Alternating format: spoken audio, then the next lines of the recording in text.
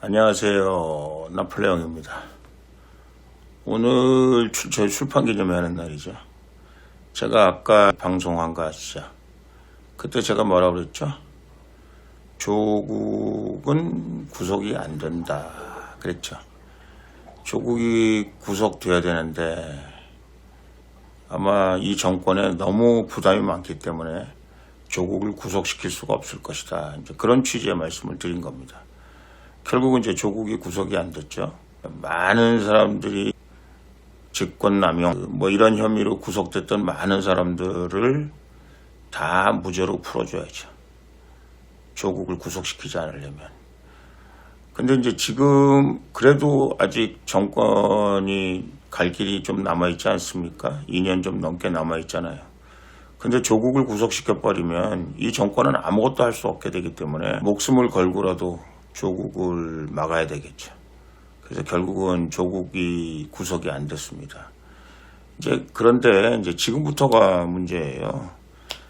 우선 이제 첫 번째 무슨 일이 일어나냐면 청와대에 있는 많은 사람들이 야, 이거 이제 겁난다. 그래서 이제 청와대에 있는 사람들이 몸살이기 시작한다고요.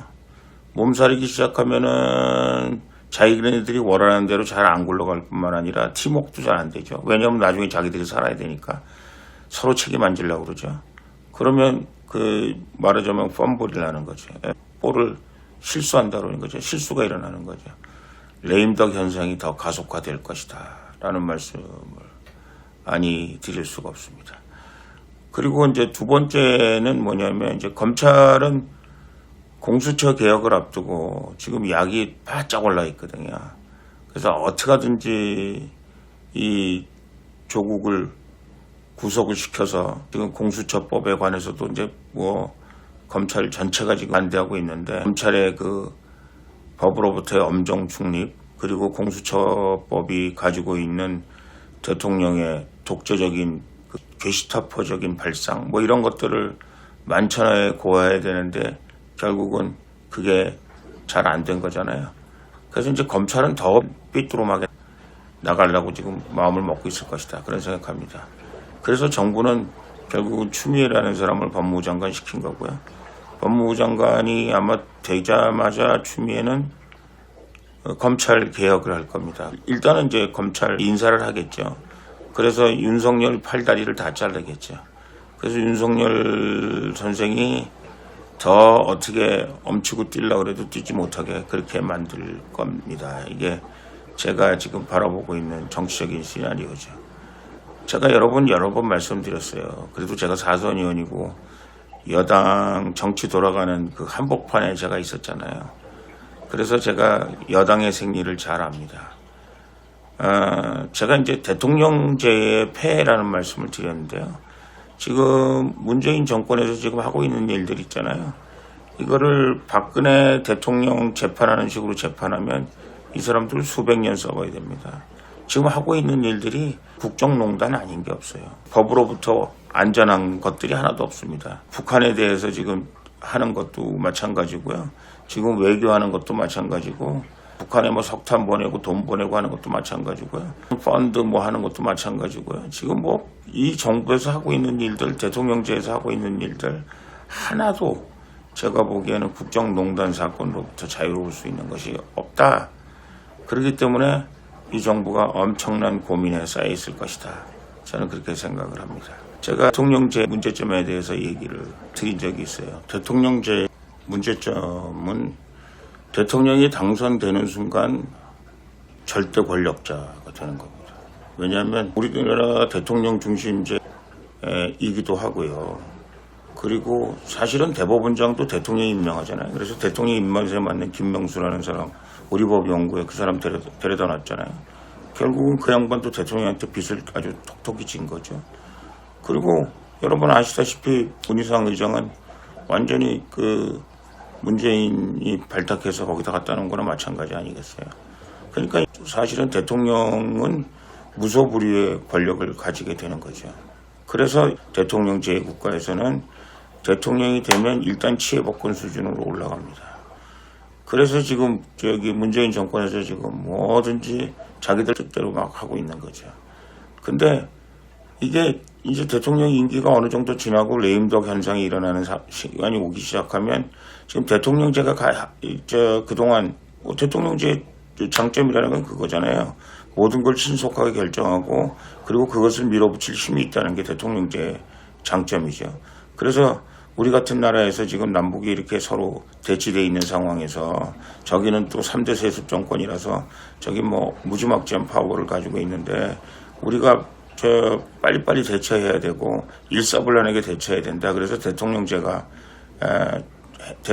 해야 된다. 그래서 대통령제를 하는 건데 우리 같은 상황에서 아쉽게도 하여간 대통령이 되면은 대통령이 무소불위의 권력을 갖게 되는 그런 결과 그리고 레임덕 상태가 오면은 그 무소불위로 휘둘렀던 그런 권력들이 결국은 다 그 권력을 유지하기 위한 아니면 그 권력을 휘둘렀던 거에 대한 후유증들 뭐 이런 것들 때문에 대통령이 국민들 지탄의 대상이 되고 급기야는 영어의 몸이 되는 이런 상황을 초래하게 되는 거죠.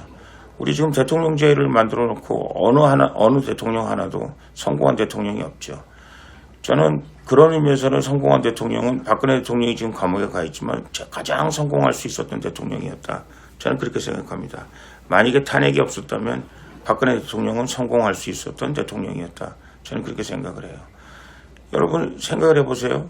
지금 문희상 의장, 우리 옆지역구 의장이긴 합니다만은 지금 대통령과 더불어민주당에 손발이 돼가지고 이렇게 열심히 하는 그 국회의장 봤습니까? 아들 공천 때문에 뭐 그런다고는 하지만은 결국은 대통령 입장에서 보면 이렇게 정말 좀 표현이 좀 죄송하긴 합니다만은 정말 충실한 그 충복이죠. 예. 그리고 대법원장도 마찬가지잖아요. 대통령이 뭐라고 얘기하면 그 대법원에서 뭐 다 뒤집어주고 위안부 문제 다 대통령 입맛에 맞게 판결해주고 그리고 지금 한일 관계 모든 문제점이 결국은 대통령 뜻에서 나온 거 아니겠어요? 대통령이 사법부의 뭐 판단을 존중한다는데 판단을 존중하는 건가요? 대통령 뜻에 의해서 판단을 내린 거기 때문에 그것을 인조하고 있는 거나 마찬가지 아니겠습니까? 그래서 박근혜 대통령 때 사실은 정의화 의장, 뭐 저도 잘 압니다만 정의화 의장 얼마나 대통령한테 비협조적이었어요. 그런 거에 비하면 문재인 정권은 아주 해피한 거죠. 사법부, 입법부가 전부 도와주고 있기 때문에. 그러나 아이러니컬하게도 권불 10년이라고요. 권불 5년입니다. 이제 레임덕 하기 시작하면 대통령이 했던 일들이 여러분이 대법원장 지금 감옥 보내지 않았습니까? 김명수 대법원장이 감옥 안 간다는 보장이 있을까요? 지금 민상 의장까지야 뭐 제가 그렇게 얘기하기는 그럴런지 모르겠으나 여러분들 지금 대통령제를 떠받치기 위해서 여러분들이 했던 모든 충복으로서의 역할들이 결국은 다 국정농단 사건이 되고 그래서 내가 안타까워서 여당을 해봤던 사람으로서 제가 문재인 정권에게 꼭 부탁하고 싶은 얘기가 있어요. 스프링 있잖아요. 이거 누르면 누를수록 뛰쳐나갑니다. 그리고요. 대한민국 70년 동안 좌익이 활동하고 김일성이가 도와주고 김정은이가 도와주고 하는 거 그 다음에 여기 있는 토착발갱이들 있고 또 사회주의 세력이 있고 그거 엄청난 거 압니다. 그러나 여러분 우리 자유민주주의 시장경제라는 세계의 큰 정치사적 흐름이 있잖아요. 이거를 막을 수가 없어요. 우리 대한민국에서.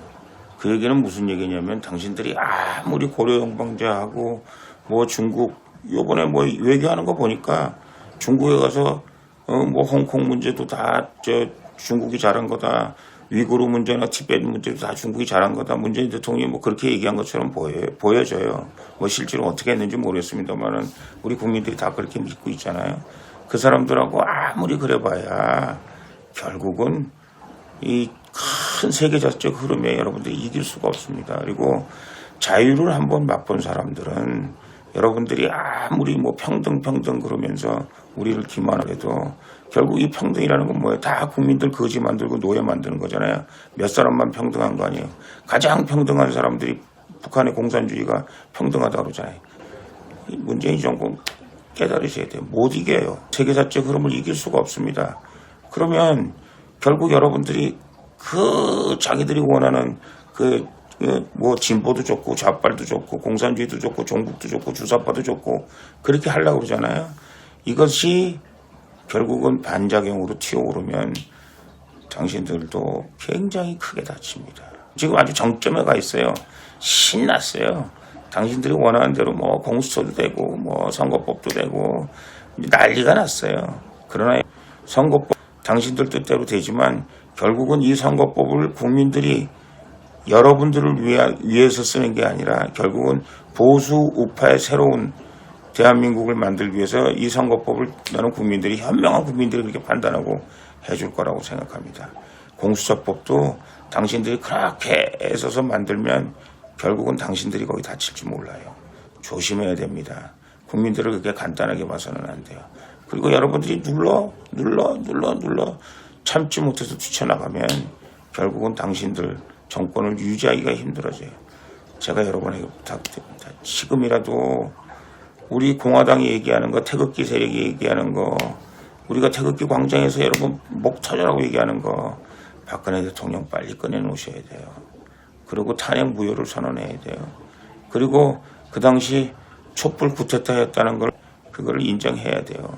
세월호 타블릿 PC 말이 안 되는 짓 했다는 거 여러분들이 인정하셔야 돼요. 그렇지 않으면 여러분들이 얼마나 크게 당하려고 그러세요. 노무현 대통령 때 여러분들이 그것 여러분 한으로 품고 있었잖아요. 그것을 여러분들이 촛불 민노총 정교조 해가지고 결국은 박근혜 대통령을 탄핵했잖아요. 여러분들이 할 수 있는 만큼 여러분들 맘대로 멋대로 국정을 농단하고 나라를 개판 만들었어요. 당신이 생각하기엔 잘했다고 생각할는지 모르나. 그러나 그거에 대한 역사적 판단 그리고 여러분들이 그렇게 억눌렸던 국민들이 자유민주주의를 외치고 시장경제를 외치고 세상에 다시 용수철처럼 튀어오를 때 당신들이 그 죄가를 모를 때 어떻게 그 죄가를 답하려고 그러는지 답답합니다 하는 말씀드립니다.